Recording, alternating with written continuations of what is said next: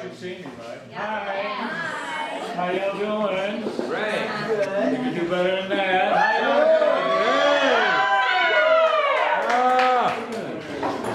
My name is Walter Hook, and I'm a newbie here in Cuenca.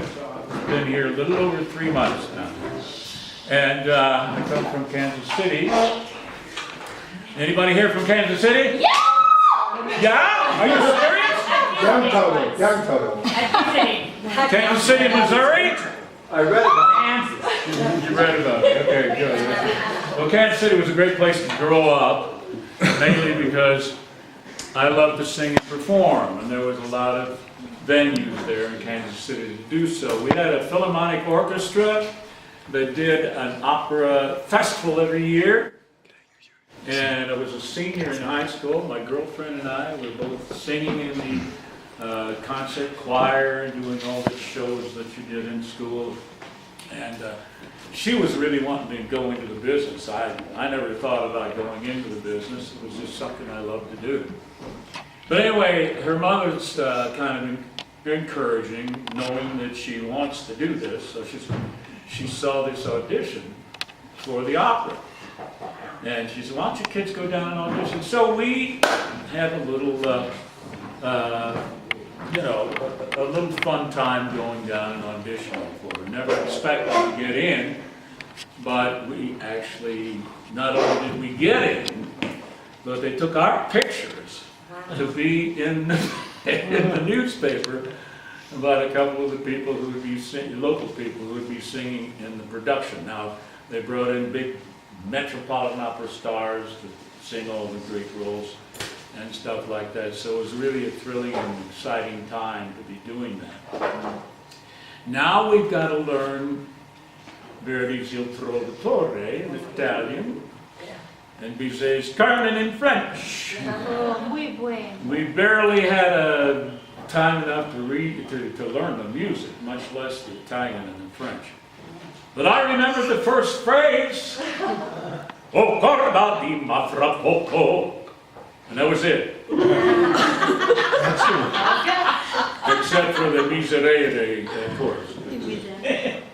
But, so I'm out there opening night, kid, senior in high school, and I got these, mature, seasoned singers around me that have been in the chorus for years and so forth and so on. So I'm looking for help from these guys, right? They didn't even know Corda di ma fra poco. And this guy over here is going 1, 2, 3, 4, 5, 6, 7, 8. Guy over here is going A, B, C, D, E, F, G, H. Guy behind me is going watermelon, watermelon. Oh my Lord! This has got to sound like so much mush and mashed potatoes or something up here, and I was really embarrassed by the whole thing. So I couldn't really take it seriously. I mean, I loved being on the big stage with the Metropolitan Opera stars and stuff, but boy, we were really a mess. So anyway, then Carolyn's mother saw an audition for Starlight Theater. Now, Starlight Theater is the second largest outdoor theater in the country. The first largest is in St. Louis. We were the second largest, and we had permanent seating in the theater of just under 8,000. The stage is the size of a football field. I mean, it is a big venue. And they did the big stars, they brought the big stars in from Hollywood and from New York and Vegas and wherever to do the, to draw the people. So here's my first show. No, I mean, I auditioned and got it, thank God, happily.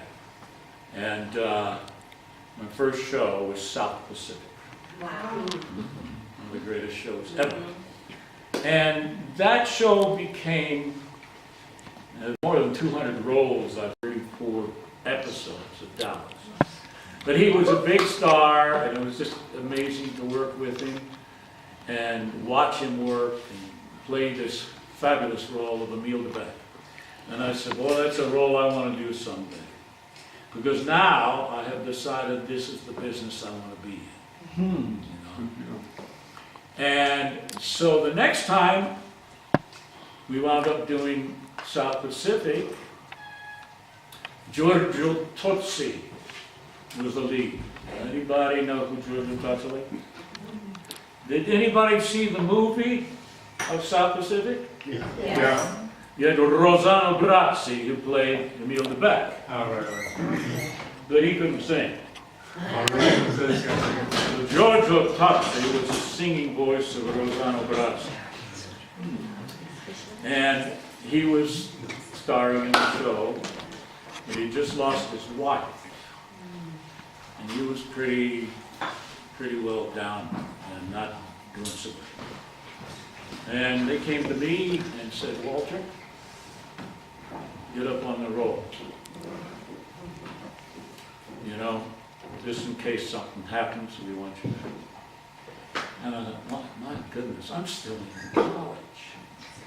I'm still at the Conservatory of Music.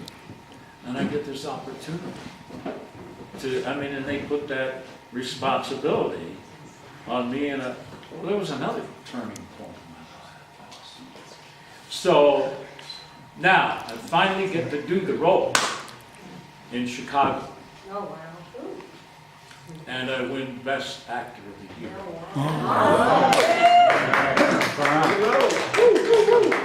Doing it. So another key moment in my life, pivotal moment. And it brought me more work in Chicago. The audience, the reviews I got in Chicago were just not to be believed. They were so amazing. I did 3 shows in Chicago actually, and was nominated for Best Actor in all 3 of them. I won for Emile de Beck in South Pacific.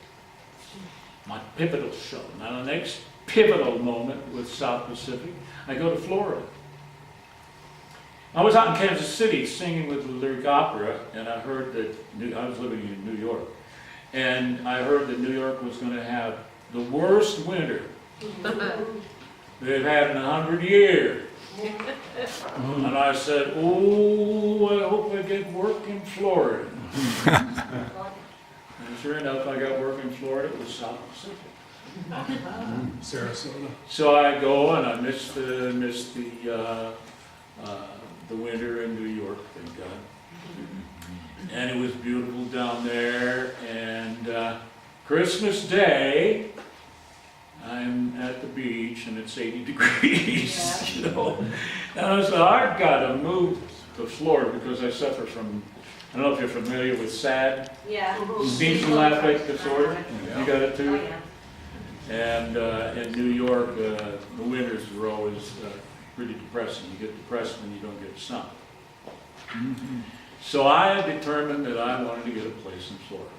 I didn't have a chance at that time. I was looking at condos down there on the Gulf. I was down in St. Petersburg performing.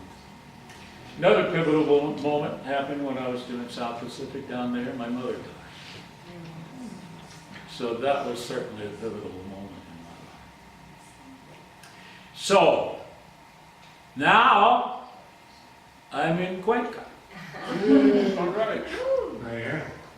So I'm bringing South Pacific along with me to be, because this is a real pivotal moment in my life. All right. Anyway, so if you're not familiar with South Pacific, some people aren't, maybe. Emile de Beck is a French planter who's escaped to the islands because he accidentally killed a bully and he got in a fight. He's fallen in love with Nellie Fortbush, who was a nurse. This is during the Second World War. And she's on the island. And he falls in love with her. So this is a song, one of my favorite songs from the show. It's a love song that he sings to her. Some enchanted evening, you may see a stranger. You may see a stranger across a crowded room. And somehow you know You know even then that somewhere you see her again and again. Some enchanted evening, someone may be laughing.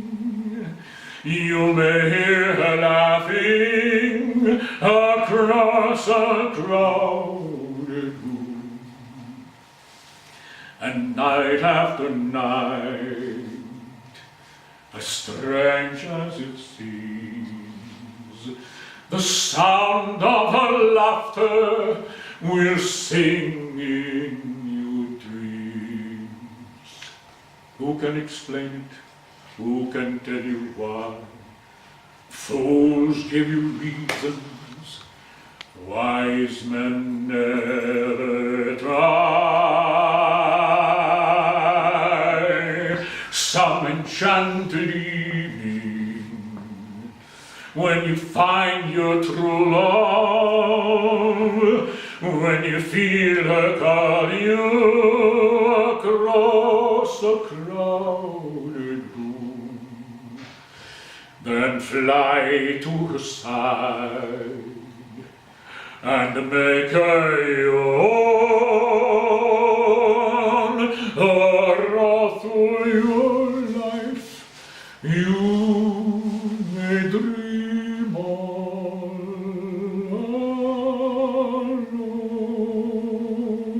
alone. Once you have found her, never let her go.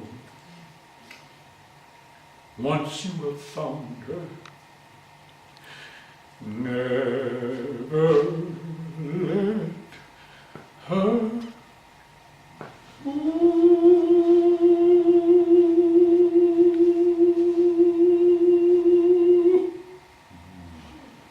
All right.